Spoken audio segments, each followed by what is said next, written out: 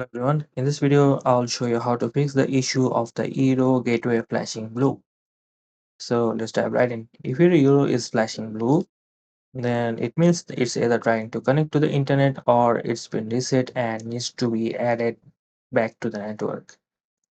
And first, let's reset the EERO device. If it's been a factory reset, press and hold the button underneath like um, for about 10 seconds until the light flashes red.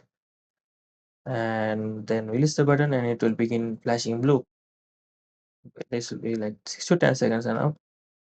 And now open your EERO app and select add an EERO and to start the setup process again. Follow the on-screen instructions to reconnect your device.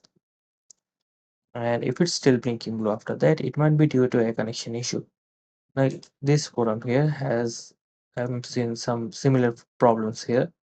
So if it's still blinking blue after that, so you can safely assume that it's a connection issue. So try restarting the device, checking the Ethernet connections, or removing the EERO from the app and adding it again. Sometimes a soft reset can help too. For that, hold the reset button for 6 to 10 seconds until the light turns yellow. Here. So 6 to 10 seconds, the light will turn yellow here. And the user doesn't have internet access. So and add it back to the app and troubleshoot any connection issues if needed. And that should get it working again.